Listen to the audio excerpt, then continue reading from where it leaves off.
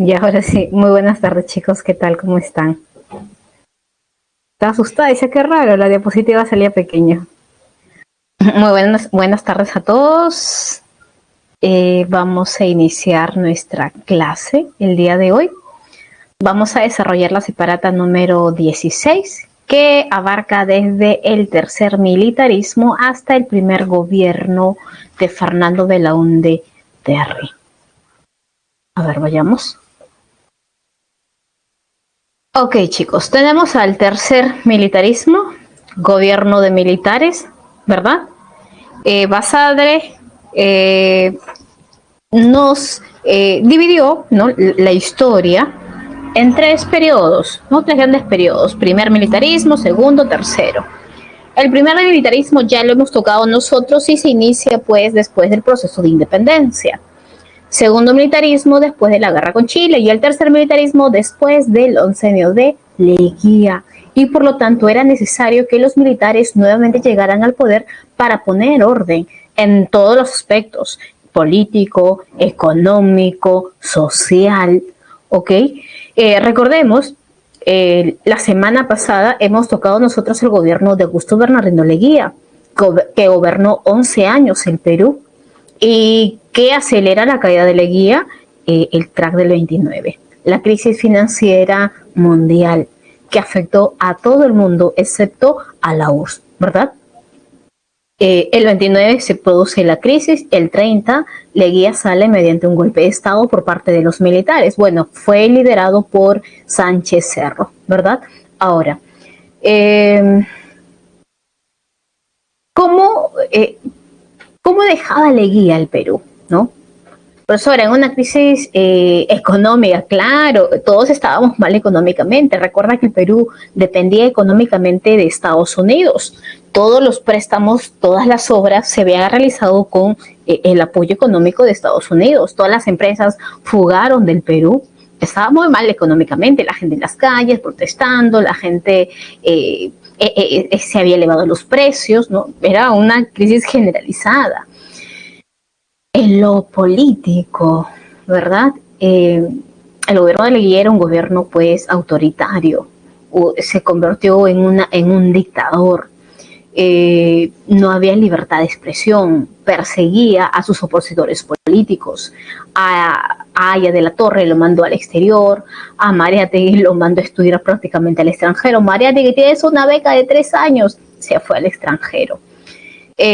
Con una gran convulsión social. Recuerda que Mariátegui funda el Partido Socialista, Haya de la Torre funda el APRA, que moviliza a una gran población, ¿no? A una gran población, que son dirigidos por estos dos partidos políticos muy importantes. Y es por eso que era necesario el poder de estos militares. Es por eso que cuando estos militares llegan al poder, estos militares son apoyados por la élite aristocrática, es apoyado por la oligarquía. Esta oligarquía, si bien había perdido el poder político, ¿okay?, pero mantenía el poder económico, y por lo tanto en este tercer militarismo va a apoyar a los dos gobiernos. En este tercer militarismo tenemos el gobierno de Sánchez Cerro y también tenemos el segundo gobierno de Óscar Raimundo Benavides, ¿ok? Pero primero veamos nosotros cuáles son las principales características de este tercer militarismo. Nos dice, a ver, ¿son gobiernos de militares? Claro que sí, son gobiernos de militares, pero son gobiernos autoritarios, ¿no? Recuerda que son militares, son autoritarios, ¿ok? Pero también con influencia del fascismo europeo. Recuerda que en Europa, ¿qué es lo que está pasando? En Europa, pues, han aparecido gobiernos totalitarios. Y estos gobiernos totalitarios o gobiernos fascistas, ¿qué es lo que proponen? El poder, ¿no?, debe recaer sobre el Estado, debe recaer sobre ese líder carismático. Pero en el caso del Perú, líderes carismáticos en realidad... los militares no son líderes carismáticos, pero sí son gobiernos autoritarios, donde ellos quieren concentrar todo el poder, donde ellos son los abanderados pues de dirigir al Perú, donde si bien hay partidos políticos, pero ellos quieren imponerse sobre todos los partidos políticos. Recuerda que la realidad europea no es la misma que el Perú. Es por eso que hay cierta influencia, ¿ok? Cierta influencia, pero claro que sí. Por ejemplo, en estos gobiernos militares se va a perseguir a sus opositores políticos, especialmente al APRA y especialmente pues también al Partido Comunista Peruano. A ver, veamos. Nos dice, a ver, estos militares tienen influencia del fascismo, persiguen constantemente al APRA y el PSP.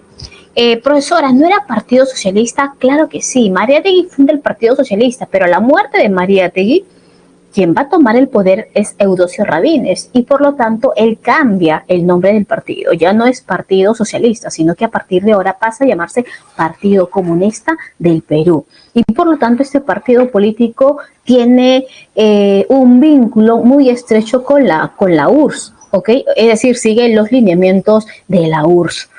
Es por eso que también es considerado pues un partido internacional. Los persigue, ok, estos partidos se vuelven ilegales durante el gobierno de los militares y a su vez también estos militares van a defender los intereses de la oligarquía. Y es más, la oligarquía los apoya para aquellos que mantengan al poder. Se crea la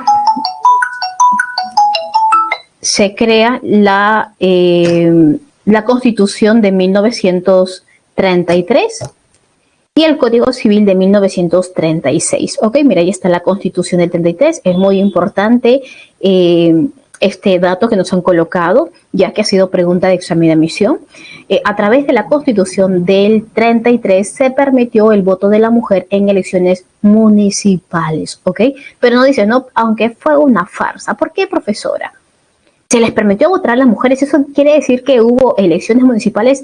Las elecciones municipales en realidad se dieron recién para el gobierno de Belaúnde Terry, para el primer gobierno de Belaúnde Terry. Es decir, mira, en el 33 se le dice, ¿sabes qué, mujer? Tú puedes votar. Pero ¿cuándo va a empezar a votar recién? Estamos hablando para los años 60, ¿verdad? O sea, fue simplemente no una especie de engaño. Ya, mujer, te voy a dar, ¿ok? Vas a votar. Pero ¿sabes qué? La mayoría de edad se había establecido a los 21 años y solamente los alfabetos votan. Si eres un alfabeto, votas. Si eres una mujer alfabeta, también votas. Pero ¿qué pasa en el caso si una mujer está casada? ¿Puede votar? Claro que sí, pero siempre y cuando su esposo le dé permiso para votar. ¿Ok? Veamos las características. Ah, mira, justo tenemos una imagen. No, profesora, yo veo ahí la imagen. ¿Quién es? Esta es la portada de Acción, portada de la revista Acción. Mira, Acción, órgano de la Unión Revolucionaria. ¿Qué es la Unión Revolucionaria? Es un partido político fundado por Sánchez Cerro, que es de tendencia fascista y por lo tanto, mira, tú vas a ver a este hombre, profesora, con camisa negra, igual que los fascistas, igual que Mussolini, claro, ¿no? Mira, no, camisa negra y con la mano levantada, ¿verdad? Es un partido de tendencia fascista, ¿ok? A ver, tenemos en el plano económico, recuerda pues que hay una depresión mundial, ¿ok?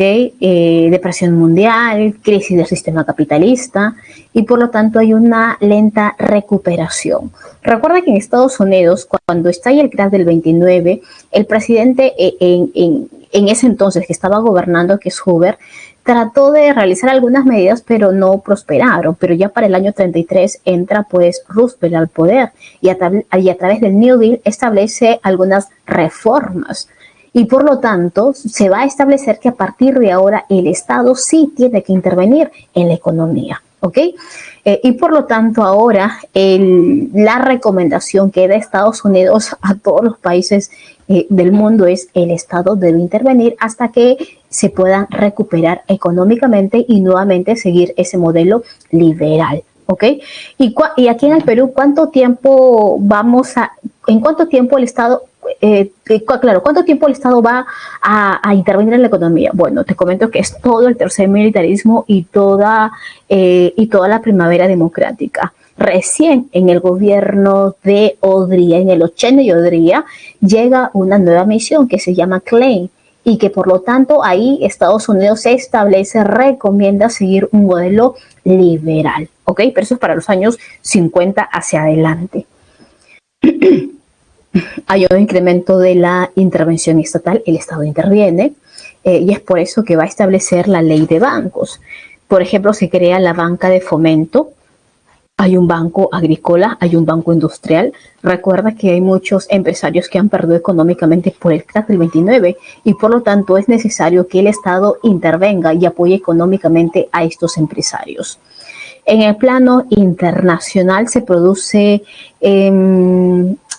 una amenaza de guerra contra Colombia. ¿Qué había pasado, profesora? A ver, mira, quiero que observes esa imagen. ¿Qué dice esa imagen? ¿No? ¿Qué es lo que tú observas en esa imagen? Profesora, ahí hay personas paradas sosteniendo no sé, profesora, ahí una especie de pancarta donde dice "Viva Leticia Peruano, viva el Perú". A ver, chicos, recordemos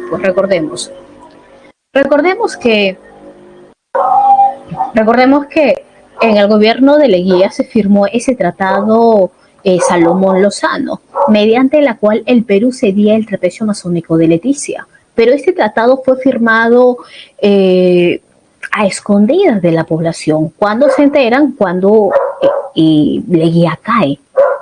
Y por lo tanto, la población en Leticia decía: nosotros no queremos ser colombianos, nosotros queremos ser peruanos. Se levantan, sacan a sus gobernantes y por lo tanto no reclaman y le dicen: ¿sabes qué, presidente? Quiero regresar al Perú. Y ese suceso justo se da durante el gobierno de Sánchez Cerro. ¿Ok? Ahora vamos a ver cómo termina todo este problema internacional. Ya que conocemos las características de estos gobiernos, ahora sí vamos a poder hablar pues de los sucesos en sí de cada gobierno. Tenemos al gobierno de Luis Miguel Sánchez Cerro. A ver, chicos, pregunta de examen de admisión. Se supone que ustedes están revisando constantemente las preguntas, ¿verdad? Una pregunta, no, en realidad fueron dos preguntas, ¿no? Similares, ¿ya? Ok, por ahí que le cambiaron unas pequeñas modificaciones, pero era lo mismo. La pregunta era, escucha bien, en 1931 Sánchez Cerro llegó al poder mediante dos puntos. Yo solamente te voy a dar dos alternativas y tú me contestas, ¿ok? Sánchez Cerro, en 1931, Sánchez Cerro llegó al poder. A través de un golpe de Estado y de elecciones convocadas por el Jurado Nacional de Elecciones. ¿Qué marcan ustedes, chicos? A ver, ¿qué dicen? La A es mediante un golpe de Estado y la B es mediante elecciones presidenciales convocadas por el Jurado Nacional de Elecciones. ¿Qué dicen? A ver, mira, tengo 33 alumnos, solamente tengo a 7 alumnos que han contestado. Chicos, sí, vamos, a ver. Te aseguro que si de repente te equivocas, no te vas a equivocar en un examen de admisión, ¿ok? Es para 1931. A ver, tengo a 10 alumnos y vamos a iniciar con los que ya han contestado para ir respondiendo la pregunta de examen de admisión, ¿ok? Solamente vamos a ir a colocar, ¿no? A ver, mira, tenemos a 8 alumnos que dicen mediante un golpe y solamente a 4 que dicen no, profesora, fue mediante elecciones presidenciales. Y sabes que esta pregunta fue realizada 2 veces, chicos, 2 veces la misma pregunta, ¿ok? Ahora, yo sé que la gran mayoría cuando escucha Leguía, inmediatamente lo relaciona a Leguía cae mediante un golpe, ¿ok? Pero la pregunta fue en 1931, el golpe se da en el 30, ¿ok? En el 30. En el 31, Sánchez Cerro llega, pero mediante elecciones presidenciales. Lo que pasa es que Sánchez Cerro sí le da un golpe, pero él era el presidente de la Junta Militar. Después, él renuncia. Y cuando él renuncia, forma su partido político llamado Unión Revolucionaria. Y quien llega al poder es David Samanez Ocampo. Y es más, no solamente es el único, sino que hay varios militares que llegan al poder. Por eso, chicos, es muy importante que ustedes también revisen las separatas, y no solamente la clase, sino que también hay pequeñas lecturas. Yo estoy observando en este preciso momento también tu separata y tienes una pequeña lectura donde dice Gobierno de David Samanez Ocampo, nueva ley electoral y elecciones de 1931. ¿Ok? Así que es mediante, en el 31, es mediante elecciones presidenciales. A ver, veamos los antecedentes, ¿ok? Llegó al poder mediante un golpe, él era presidente de la Junta Militar, ¿ok? Renuncia, crea su partido político de tendencia fascista, llamada Unión Revolucionaria. Llega David Samanez Ocampo y por lo tanto él va a crear el Jurado Nacional de Elecciones que se va a encargar de convocar a las elecciones presidenciales. Antes no existía el Jurado Nacional de Elecciones, lo que existía era la Corte Suprema y la Corte Suprema dependía del Estado y es por eso que ahora se va a crear una institución independiente, ¿ok? Y en ese mismo año, que es el 31, se convoca a elecciones presidenciales y por lo tanto se presentan dos candidatos. Ese candidato viene a ser Sánchez Cerro con el partido Unión Revolucionaria y se presenta Aya de la Torre. Profesora Aya, sí, Aya regresa. Aya no estaba exiliado, claro que sí, chicos, pero regresa Aya. Apenas cae Leguía, apenas regresa Aya de la Torre, ¿ok? Regresa. Y por lo tanto se presentan, claro que Sánchez Cerro con la Unión Revolucionaria, Aya con el APRA. Ahora, ¿por qué la población, por quién va a votar? ¿Quién gana las elecciones? Por un lado, la oligarquía decía, ¿a quién apoyo? A Sánchez Cerro, que es un militar, que es nacionalista, ¿verdad? Que si él llega al poder va a poner orden en todos los aspectos político, económico, social, o por Aya, ¿no? Porque el discurso de Aya no me parece, decía la oligarquía, el discurso de Aya es muy izquierdoso, decía, ¿no? Yo sé, ¿no? Y ustedes también saben que la propuesta de Aya y la propuesta de Mariátegui son distintas, ¿ok? Son distintas.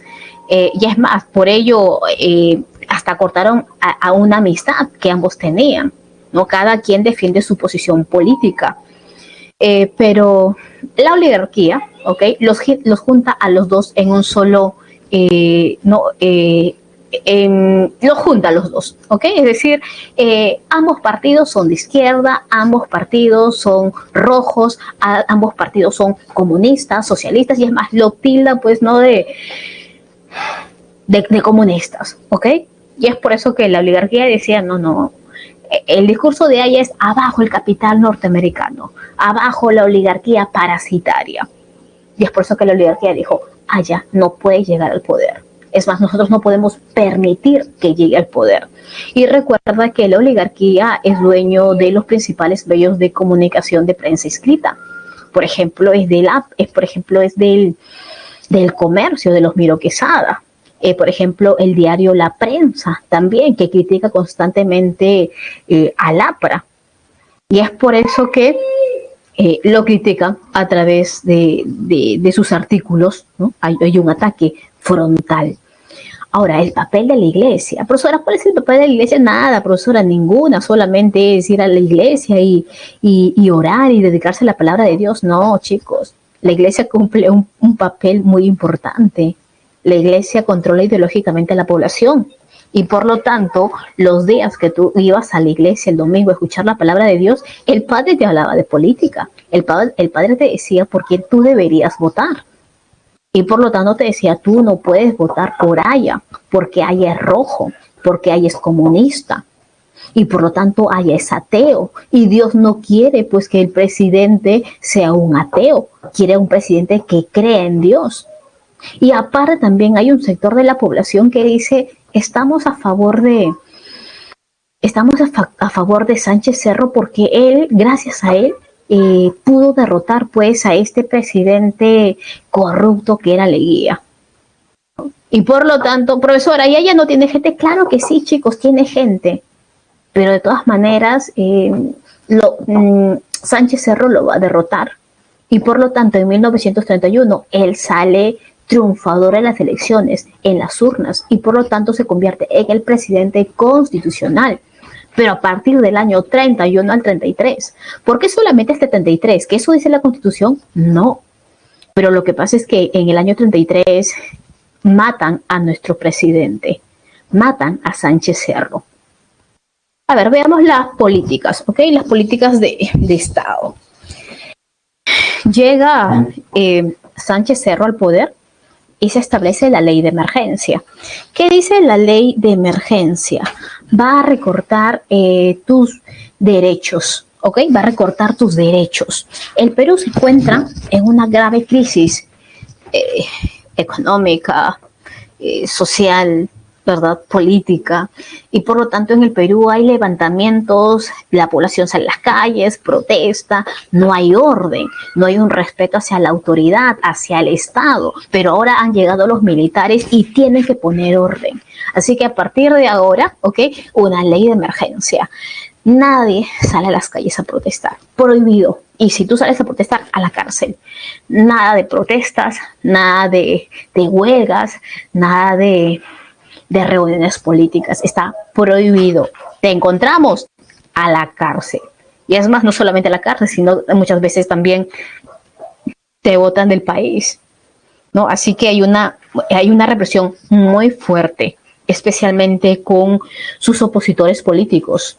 El enemigo de los militares, ¿quiénes eran? Era el APRA y también el Partido Comunista del Perú, que mueve a toda la población. Ahora, profesora, ¿por qué tiene tanto poder el APRA y el Partido Comunista?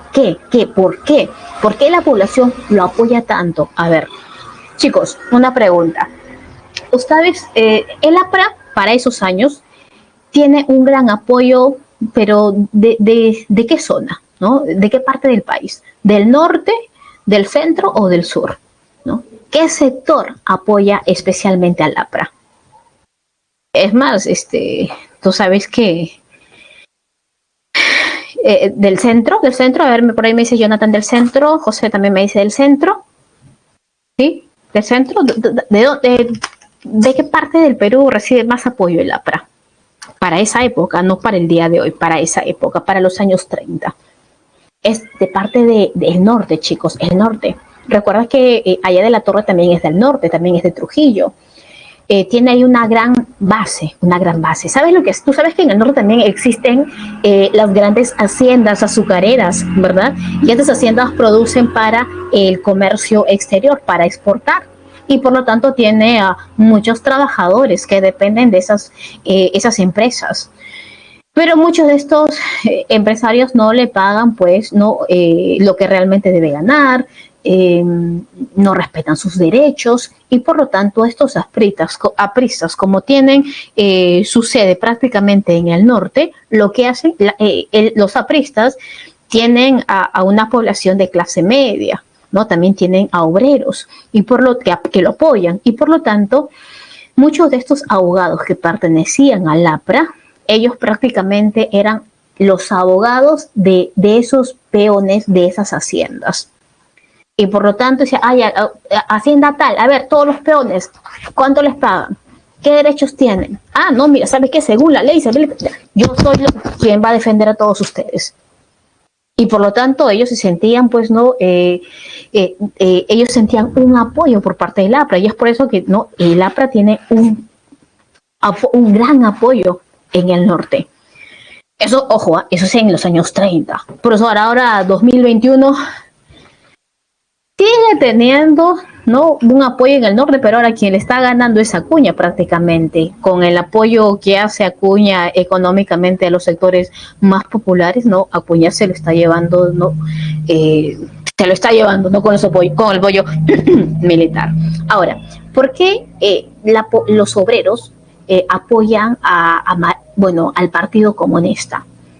Por ejemplo, Mariátegui, para poder organizar políticamente a los obreros, va a crear la CGTP y por lo tanto es ahí donde se los va a educar, ¿no? Muchas veces el obrero quiere luchar por sus derechos, pero a veces no sabe cómo plasmarlos. No solamente es ir y hablar yo quiero, sino que también tienes que realizar la parte legal, cómo presentar los documentos correspondientes al Estado, cómo llegar a una conversación con el Estado. Y para eso también necesitas una formación.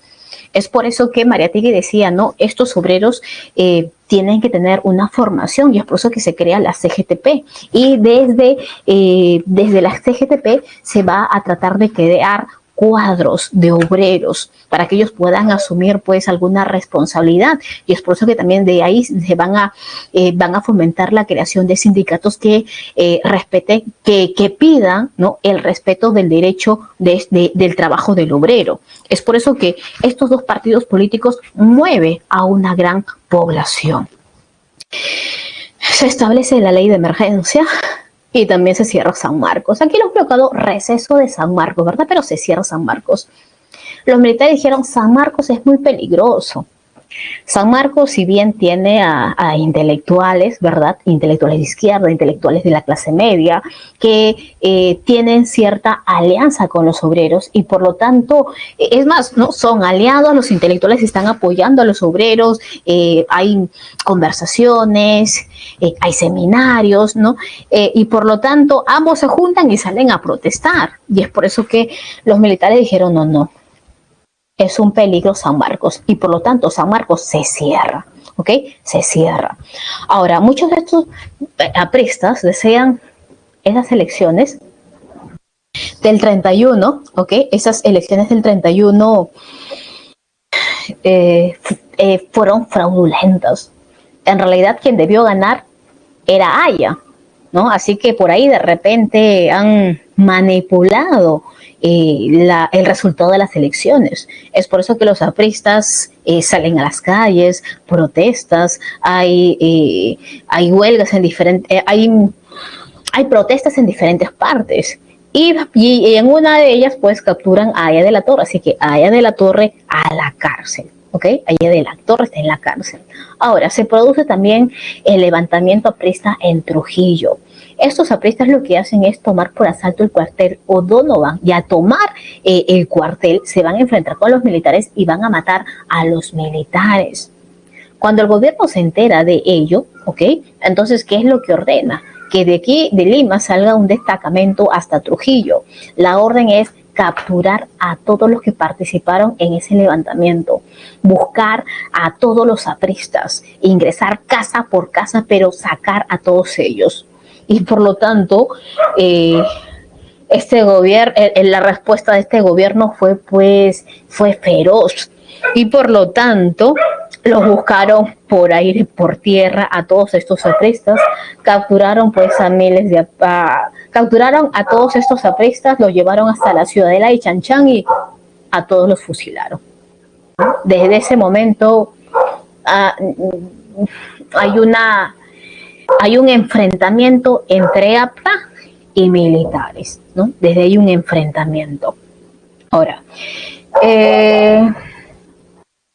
tenemos, por ejemplo, también se produce la llegada de la misión Kemmerer. Es Edwin Kemmerer, viene por recomendación de Estados Unidos con el objetivo de que él tenía que observar de qué manera afectó la crisis económica al Perú y qué medidas tenía que tomar el Perú para salir de la crisis, y es por eso que tener que establecer ciertas medidas, como por ejemplo se establece la ley de bancos, la creación también del Banco Central de Reserva del Perú.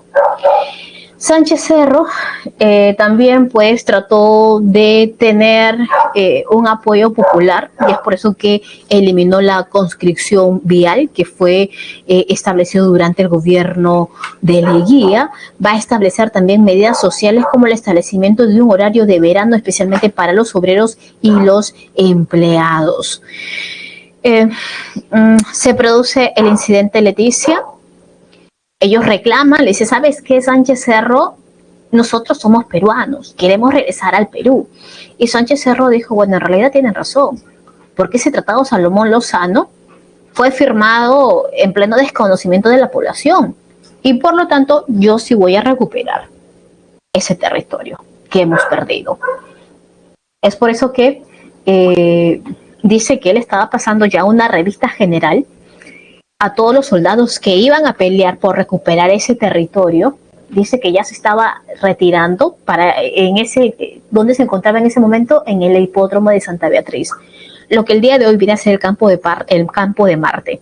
Dice que se estaba retirando cuando escuchan pues un disparo y el presidente cae, ¿no? Inmediatamente, oye, el presidente, hay que proteger al presidente, pero el presidente estaba pues malherido y que iban a capturar pues no al hombre que lanzó el disparo, pero resulta que a ese hombre también lo mataron. Profesora, ¿qué pasó? Había un francotirador. Había un francotirador que mató al asesino del presidente. Es decir, profesora, murió el asesino, o sea, tú ya no puedes preguntar al asesino, oye, ¿quién te mandó? ¿Por qué lo hiciste? ¿Cuál fue el móvil? ¿Verdad? Lo único que pudieron averiguar era de que ese hombre era un, se me fue el término, era un aprista, ¿ok? Y por lo tanto, no, la noticia era, el APRA lo mató. Era un militante aprista. El APRA lo mató. Esa es la forma como actúa el APRA. Así que su gobierno termina en el año 33. Ahora, el Congreso se reúne y el Congreso dice, ¿ahora qué hacemos? Convocamos nuevamente a elecciones presidenciales. Y ellos dijeron, no, mejor no. Hay que elegir a un hombre idóneo para el cargo y que termine de gobernar los años que le corresponden pues a Sánchez Cerro, y de ahí convocamos a elecciones presidenciales. Profesora, ¿y ese hombre es Óscar Raimundo Benavides? Claro que sí. Pero Sánchez Cerro no iba a gobernar hasta el año 36. Sí, pero entonces, ¿por qué dice ahí del 33 al 39? Lo que pasa es que en el año 36 sí se convocó a elecciones presidenciales, pero resulta que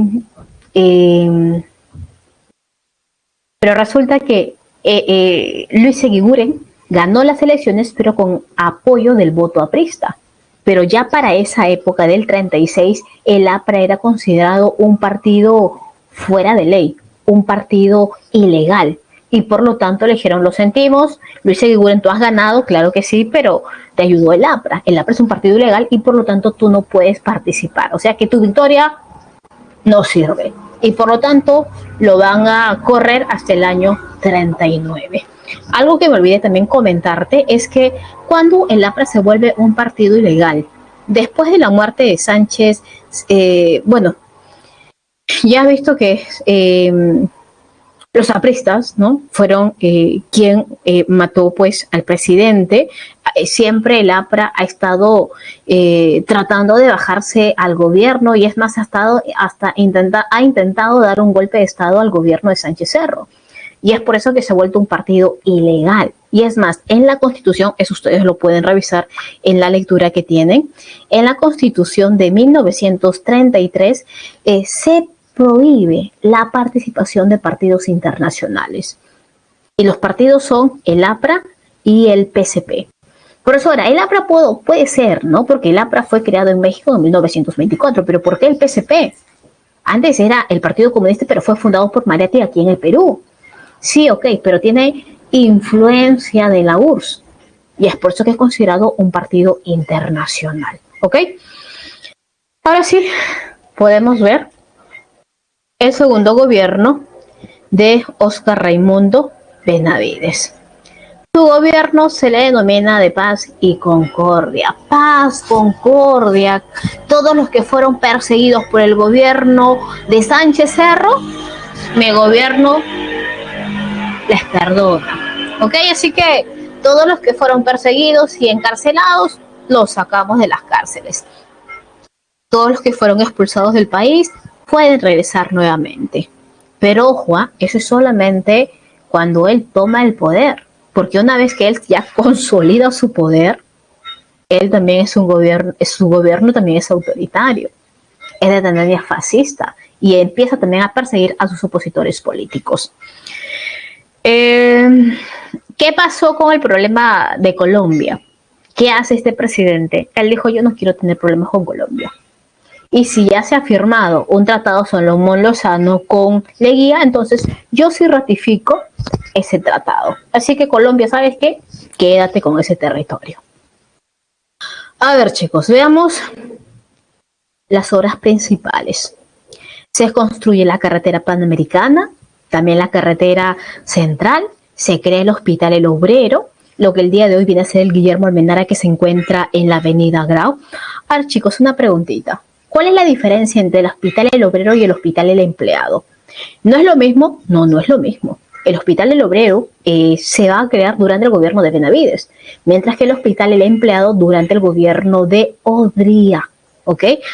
Llámale el Hospital El Empleado o el Hospital Rebagliati. ¿Quién es el obrero y quién es el empleado? El obrero, ¿ok?, es aquella persona que no ha tenido la oportunidad de realizar estudios superiores. De repente se ha quedado en primaria o secundaria, ¿ya? Y mientras que el empleado es aquella persona que sí tiene estudios superiores. Así que son dos hospitales diferentes. También se inicia la construcción del Palacio de Gobierno y también de Justicia. Medidas sociales, claro que hay medidas sociales. Recuerda que estos militares, si bien son gobiernos autoritarios, pero pretenden realizar obras sociales para que la población no se los quiera bajar, ¿no? Y tener apoyo de la población. Por ejemplo, se va a establecer la creación del Ministerio de Educación, el Ministerio de Salud Pública, Trabajo y Asistencia Social. Profesora, pero el Ministerio de Educación no es con Odría. Ojo, es el ministerio, no el edificio. El edificio es con Odría. Y también se establece el seguro social. Estos dos gobiernos pertenecen al tercer militarismo. Ahora veamos la primavera democrática. ¿Por qué Basadre la denomina primavera democrática? ¿Por qué, chicos? A ver, díganme ustedes que recién acaban de salir del colegio. Cuando estabas en colegio, ¿recuerdas que tu profesora de repente te decía, a ver, chicos, que estamos en primaria, a ver, dibujen en sus cuadernos, no sé, a ver, dibujen algo que tenga que ver con la primavera, ¿no? Algo respecto a la primavera, ¿no? A ver, plásmalo en tu cuaderno. ¿Qué es tú cuando dibujabas, ¿no?, una imagen, ¿no? ¿Qué es lo primero que hacías? La gente molesta, pegándose, ¿no?, peleándose. No, profesora, la primavera es felicidad. Ya se acerca la primavera, qué felicidad. Las flores, ¿verdad? Las flores, los árboles, la gente feliz, contenta, ¿verdad? Esa es la primavera. Y por lo tanto, ¿no?, ¿por qué Basadre la denomina primavera democrática? Porque es un periodo, es una etapa en la cual todos los partidos políticos que fueron alguna vez perseguidos por los militares, en este periodo, todos los partidos civiles, descansa, todos los partidos civiles nuevamente van a llegar al poder. Y es más, va a haber cierta tolerancia política, especialmente con el APRA y también con el Partido Comunista. Todos los partidos pueden regresar, todos los que también fueron expulsados durante el gobierno de Óscar Raimundo Benavides también regresen, ¿ok? Regresen, todos vamos a proponer ideas, ¿no?, para sacar al Perú de la crisis, para establecer una mejor economía, un mejor gobierno. Por eso se denomina primavera, sí, ¿no? Una primavera democrática, ¿ok? A ver, veamos. Primero, las características de esta primavera democrática. Tenemos, a ver, profesora, ¿los civiles nuevamente llegan al poder? Claro que sí, ¿sí? Es gobierno de civiles. Hay una tolerancia también, hay una tolerancia hacia el PSP y el Partido Aprista Peruano. Pero dice, profesor, aquí, evitar el ascenso de la Unión Revolucionaria. Recuerda que para este periodo, la primavera democrática, ¿cuándo se inicia? En 1939. Y en el contexto internacional, mira, del 39 al 45 es todo el desarrollo de la Segunda Guerra Mundial. En el contexto internacional hemos visto nosotros que han llegado al poder gobiernos fascistas, gobiernos totalitarios. Y es más, en Italia su representante es Mussolini, en Alemania está Hitler y en España, profesora, el Perú ha podido observar, ¿verdad?, esta guerra civil Esta guerra donde se han estado enfrentando los republicanos versus los nacionalistas por tomar el poder. Y en el Perú se tenía miedo, se tenía el temor, ¿no? Que si cada vez crece el poder político de la Unión Revolucionaria, que son de tendencia fascista, entonces puede estallar aquí en el Perú también una guerra civil. Así que hay que evitar ello, ¿ok? Hay que evitar ello. Es por eso que la Unión Revolucionaria, que tiene cierta influencia fascista, a ellos sí le ponemos la cruz, ¿no? Usted, acá el fascismo no puede desarrollarse. Así que a ellos nada más, ¿ok?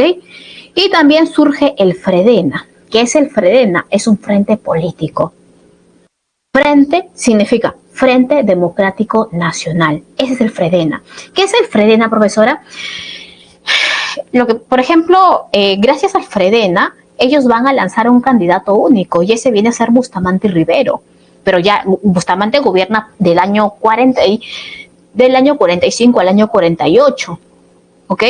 Un frente político es cuando de repente pequeños grupos políticos se juntan, o de repente partidos políticos o sindicatos, ¿ok? O movimientos populares, todos se juntan y forman un frente. Es decir, todos juntos hacemos fuerza y mandamos un candidato en común.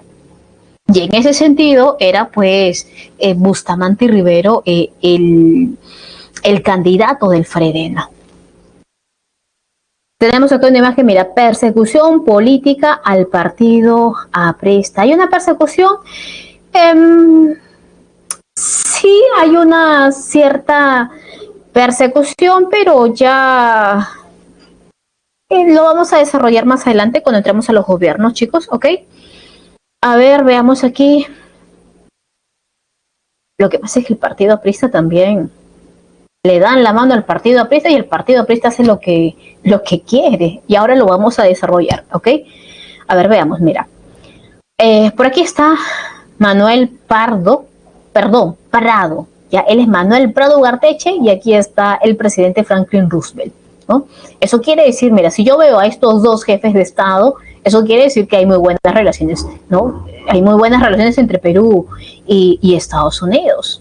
A ver, veamos, en el plano económico, hay un incremento de las exportaciones. Claro, profesor, porque estamos en la Segunda Guerra Mundial. Pues sí, porque en la Segunda Guerra Mundial los que se estaban peleando son los países europeos y por lo tanto necesita de materias primas y es por eso que nosotros incrementamos nuestras exportaciones. Hay una industrialización nacional promovida por parte del Estado. Recuerda que nuestra economía no está fuerte todavía. Todavía no nos hemos recuperado del crack del 29 y por lo tanto el Estado todavía interviene en la economía. Y es por eso que hay un establecimiento de una política de control de precios y también un control monetario. En el contexto internacional, si bien el Perú se declara un país neutral, pero recuerda que hay una estrecha afinidad con Estados Unidos, ¿ok? Y si hay una estrecha afinidad con Estados Unidos, eso significa que también hay una estrecha relación con los aliados. A esta imagen ya lo hemos observado en Historia Universal. En esta imagen tienes a los tres padres de la Guerra Fría. Por aquí está Stalin, por aquí está Roosevelt y por aquí está Winston Churchill, ¿no? Y por lo tanto, como nosotros somos aliados de Estados Unidos, dependemos de Estados Unidos y Estados Unidos en plena Segunda Guerra Mundial es aliado de la URSS, por lo tanto hay cierta tolerancia con el Partido Comunista, ¿ok? Así que Perú, ¿ok? Estoy en guerra ahorita. Así que mi aliado es la URSS, así que no te pelees con los comunistas que se encuentran en el Perú. Esa es la orden, ¿ok?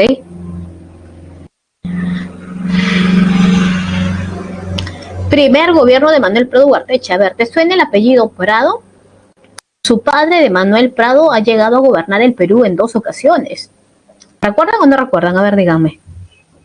Es más, su primer gobierno de su padre, él tuvo que enfrentar la guerra con España porque España quería apoderarse de las islas de Chincha. Y el segundo gobierno de su padre fue al inicio de la guerra con Chile. ¿Recuerdan? Yo tengo varios que están ahí contestando cuál, ¿no? Su papá 2 veces presidente. Y Manuel Prado Ugarteche también va a llegar a ser presidente 2 veces del Perú. ¿Qué dicen, chicos?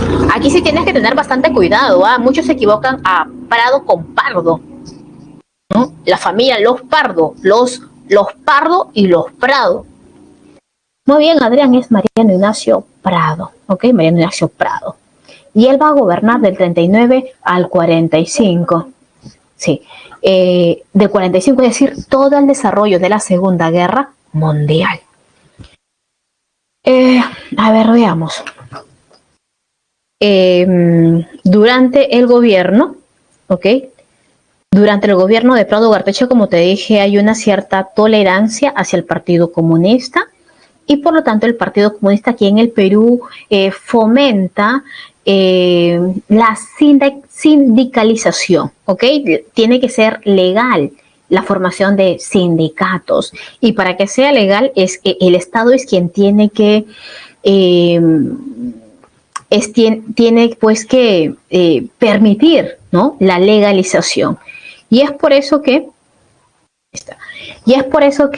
durante el gobierno de Prado, hay muchos sindicatos que van a ser legales, ¿no? Prado no puede hacer nada porque Estados Unidos ha dicho, oye, ten buenas relaciones con el Partido Comunista. Se crea la Federación de Trabajadores del Perú, la CTP. Profesora, no es la CGTP, no, es la CTP, ¿ok? Lo que pasa es que como hay una alianza del Estado con el Partido Comunista, esto va a generar la división dentro del sindicalismo, ¿ok? Porque Negreiros, ¿ok? Fue Luis Negreiros, justo ahí está su nombre, mira, dice, ¿no? Es quien, él es un líder aprista que va a formar la CTP. Es decir, si antes existía la CGTP, que es dirigida por el Partido Socialista, pero ahora se va a dividir el movimiento obrero y por lo tanto Negreiros va a fundar la CTP, Central de Trabajadores del Perú, pero dirigido por los apristas. A ver, nos dice, Prado persiguiendo a Haya, portada del ají molido de Caretas por Osorio. Mira, ese es Prado, ¿ok? Su primer gobierno, persiguiendo a Haya, pero esta persecución no siempre ha sido, no ha sido constante, ¿ok? No ha sido permanente. Recuerda que siempre las caricaturas aparecen, ¿no? En un contexto, ¿no? En un contexto. No es que haya seguido todo el gobierno de Prado Ugarteche ha estado detrás del APRA, no, pero sí hay una relación más estrecha con el PSP que con el APRA. En el plano económico, chicos, ¿nuestro receso qué hora es? No tengo mi cuadernito aquí a la mano. 50 o 55. Ok. 6 y 55, para no pasarnos. Gracias. Ok. Economía. Hay exportaciones de algodón, de caucho y de cobre.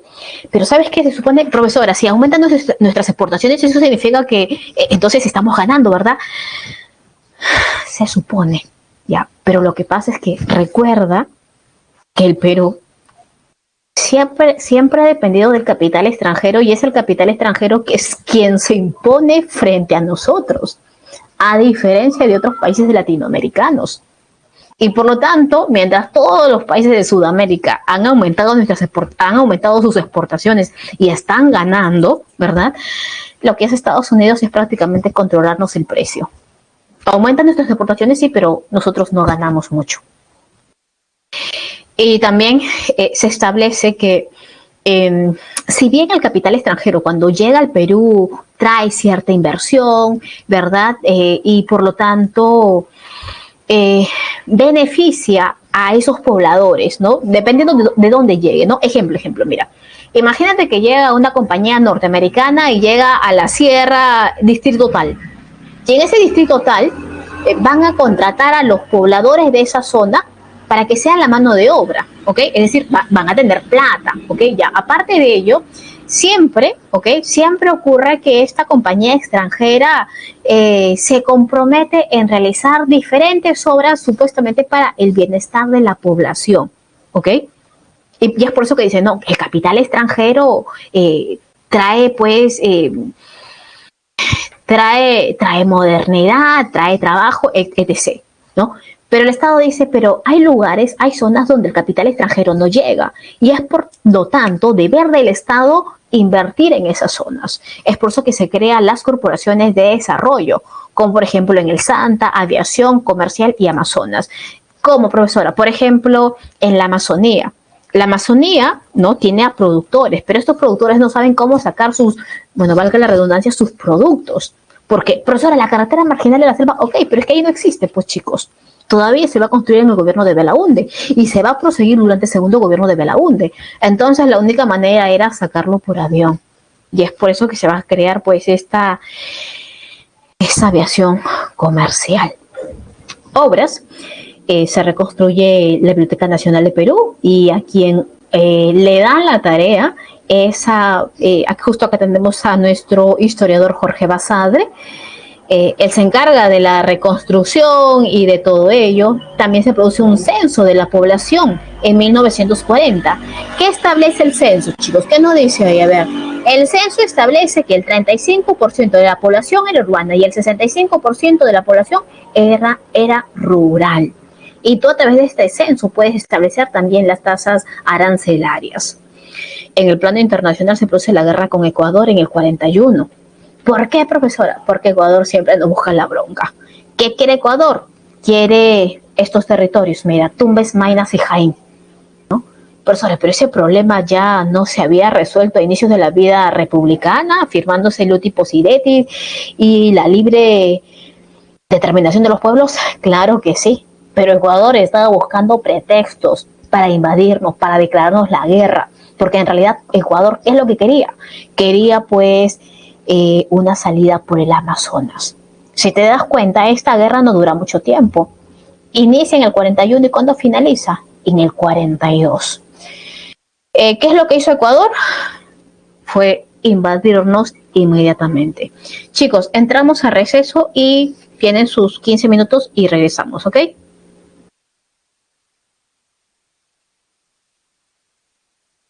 Ok, continuamos. Entonces, ¿qué es lo que quería? Pues Ecuador quería la salida por el Amazonas. Ecuador nos invade, empieza a atacar nuestros puertos, nuestros pequeños puertos, y por lo tanto el Perú responde. Logra retirar al ejército ecuatoriano de nuestro territorio e ingresa al territorio ecuatoriano para evitar que ellos sigan ingresando al nuestro. Pero, ¿sabes? Es ahí donde Estados Unidos tiene, pues, no, es muy importante su intervención, porque Estados Unidos le dice, ustedes son países, pues, son países que venden materias primas. ¿Cómo van a estar en plena guerra ustedes si en pleno contexto, estamos en pleno contexto de la Segunda Guerra Mundial, países poderosos que se están enfrentando? Tenemos a un Hitler, a un Mussolini, a un Estados Unidos, a la URSS, y aquí se enfrenta Perú y Ecuador. Y por lo tanto, es por eso que al año siguiente se firma el protocolo de paz, amistad y límites de Río de Janeiro. Eso ha sido ya pregunta de examen de admisión, así que subrayas el tratado. Nos dice, el Perú apoyó a los aliados en la Segunda Guerra Mundial. Si bien el Perú se declara neutral, pero tiene afinidad con Estados Unidos. Y es por eso que le permite a Estados Unidos crear una base militar en Talara. A los alemanes que se encuentran en nuestro territorio los van a congelar sus cuentas bancarias. A los italianos también hay un problema con Italia. Recuerda que el eje es el enemigo de Estados Unidos y por lo tanto es nuestro enemigo, y es por eso que el Estado peruano le dice pues al banco italiano, o te cambias de nombre o te quitamos tu banco, y es por eso que tuvo que cambiarse por el de BCP. También estamos en contra de los japoneses. En el Perú hay una colonia de japoneses y por lo tanto lo que hace el Perú es capturar a estos japoneses y entregarlos a los norteamericanos y decirles, mira, sabes que ellos son tus prisioneros de guerra. Es por eso que muchos de estos y les van a quitar sus todo lo que ellos tienen y muchos de ellos van a huir a la Sierra Central.